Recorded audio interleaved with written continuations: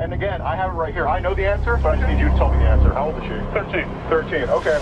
And before we get into the messages, there was sexual content involved, yes or no? Right. And you said... Correct. Okay, all right. Again, so what brings you out here today?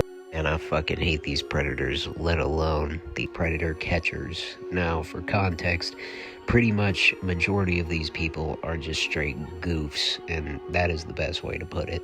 The most popular one that I'd like to give a little context to is Skeeter Gene, who is basically a young black version of Chris Hansen himself. And though Chris Hansen still does post, he's not as prominent anymore, so that leaves us with somebody like Skeeter Gene, who, in my opinion, is the better version of what Chris Hansen was back in the day.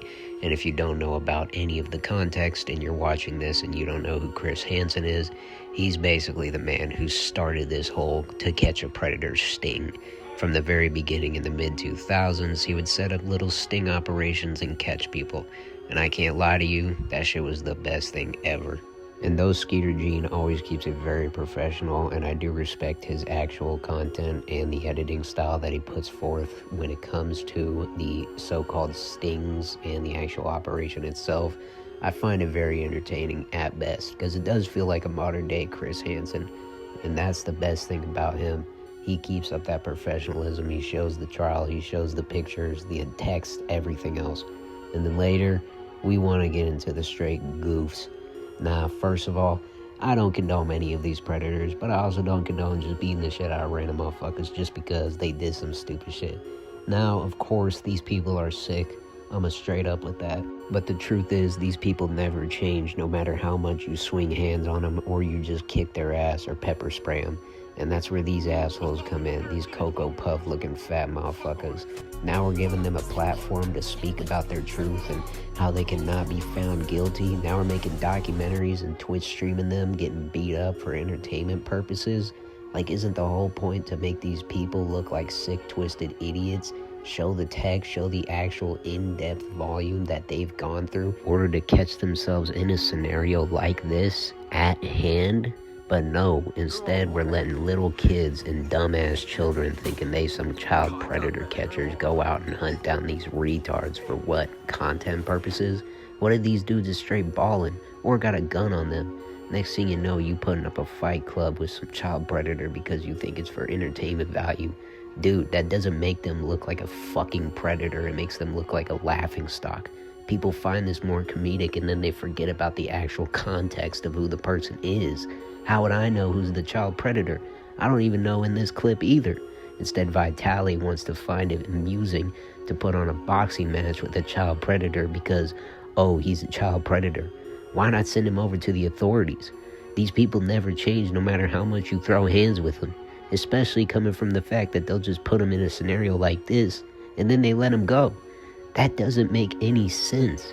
The whole point of child predator catching is to set up a sting and do it with the actual authorities. That's why I point to Skeeter Gene. And I get it, the internet today is just filled with depravity and bullshit and stupid motherfuckers who don't understand what life is about and just see it all through a screen. You know, it's pretty much just being blindsided. But that's why I point to Chris Hansen as being the one that was the most popular. Even being on late night television, I would tune into this shit all the time. You got to see the in-depth reason for why these depraved men acted the way they were.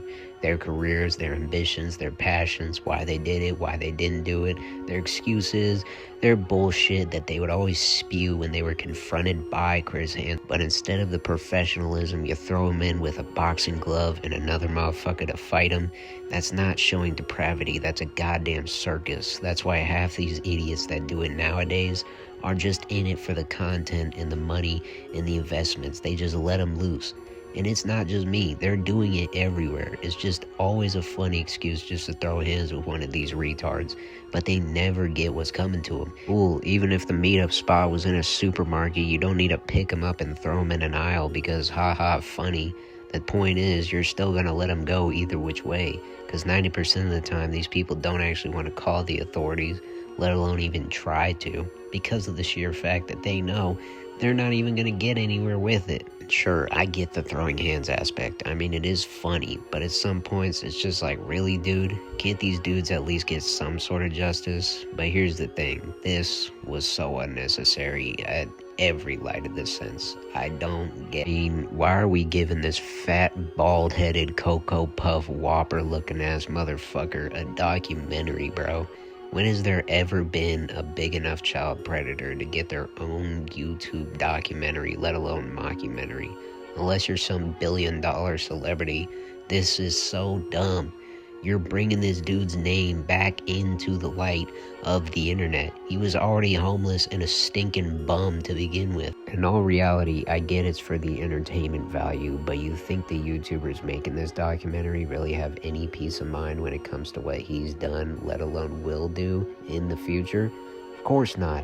It's just about the money and the content. You just want to get the clicks. I mean, within 5 days, this YouTube video has 5 million views. And look, I get it, sometimes justice isn't served righteously. I mean, look at EDP.